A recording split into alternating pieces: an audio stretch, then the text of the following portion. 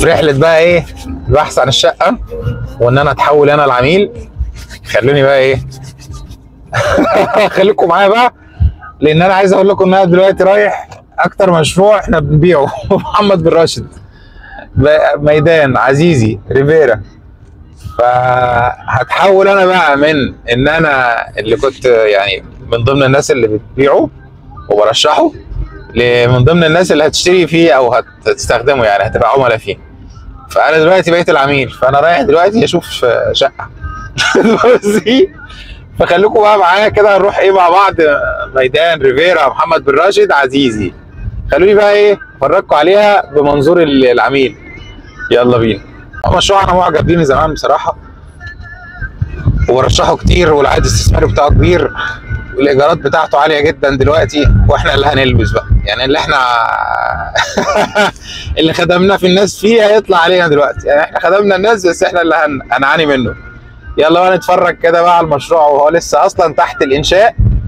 مشروع ريفيرا عزيزي تحت الانشاء وبيتأجر دلوقتي، ومحدش لاقي يأجر فيه، والاسعار بتاعته غاليه، واصحاب صاحب الشقق بيتنكوا اصلا في الايجار. تعالوا بقى نتفرج على المشروع سوا كده، وانا اول مره اعمل له فيديو لايف بنفسي يعني. يلا دخلنا عزيزي ريفيرا بس تعالوا بقى نشوف بقى واحنا ايه، واحنا عملاء بقى. يعني شايفين متخيلين المشروع لسه اهو، ناس كتيره بتدخل تقول قدامه مثلا سنه مثلا كمان على ما يبدا يتحرك. وانا عايز اقول لكم بقى متأجر دلوقتي، والناس ساكنه وبتدفع ايجارات محترمه بال50 و60 الف درهم. يلا بينا.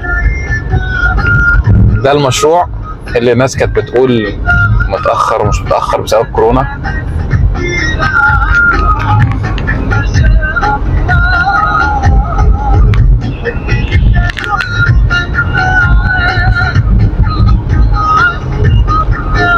اللي على اليمين ده الريف 4 بيخلص، طلع من على الارض متخيلين. واللي احنا شايفينه ده المرحله الثالثه. المرحله الثالثه دي يا جماعه،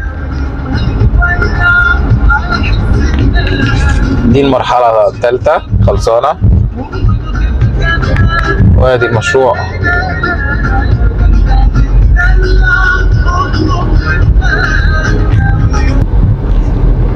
زي ما انتم شايفين انا كده في شارع البوليفارد، المحلات يمين وشمال، شارع كبير جدا بصراحه. هيبقى ممشى محترم جدا لما يبقى في محلات بدات تشتغل بس قليله يعني.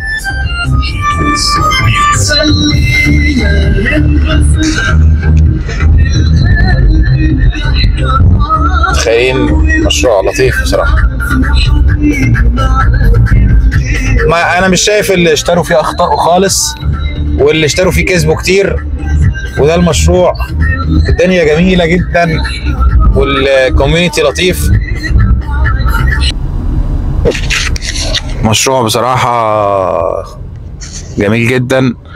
اللي كانوا بيشككوا فيه لا بصراحه لا، اللي اشترى استفاد وهيستفيد. المشروع ده جاست ان هو يشتغل. لا كل سنه وانتم طيبين بقى، يعني ايجارات محترمه واعاده بيع محترمه. في الفتره دي اعاده بيع ريسيل عشان الناس اللي هي المتعثره، لكن ده لا يعني ان هو المشروع اصلا فيه مشكله اصلا خالص. المتعثرين عشان دول كانوا شاريين من 2017 مش عارف 2018، وما كانوش عاملين حسابهم ان هم يحضروا الدفعه اللي هي كانت عليهم، فده شيء منطقي يعني. لكن ادي زي ما انتم شايفين مشروع شوارع انتهت. مشروع كويس جدا جدا جدا جدا. في عمارات او يعني بنايات اشتغلت وهتبقى واتسلمت، وناس ساكنه وناس مأجره. اخر البوليفارد، اخر الشارع ده في مول ميدان، وفي ميدان هوتل يعني فندق ميدان. ده مول ميدان اوكي. وصورته لكم بالليل كمان. شوف الشارع، الشوارع جوه كوميونتي محترم بصراحه.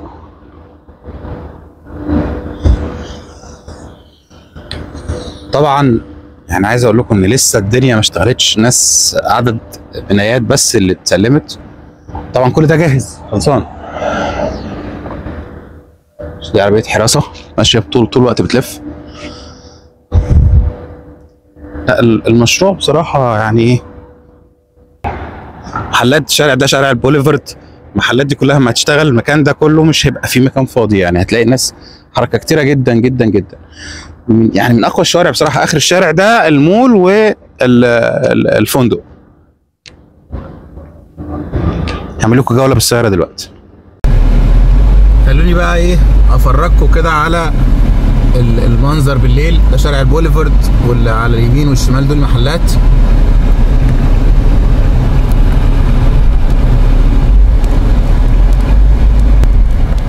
يلا اشوفكم على خير. اللي عنده اي استفسار بخصوص مشروع ريفيرا عزيزي كلمني في الخاص او يبعت لي على الواتساب. يلا اشوفكم على خير. يلا سلام.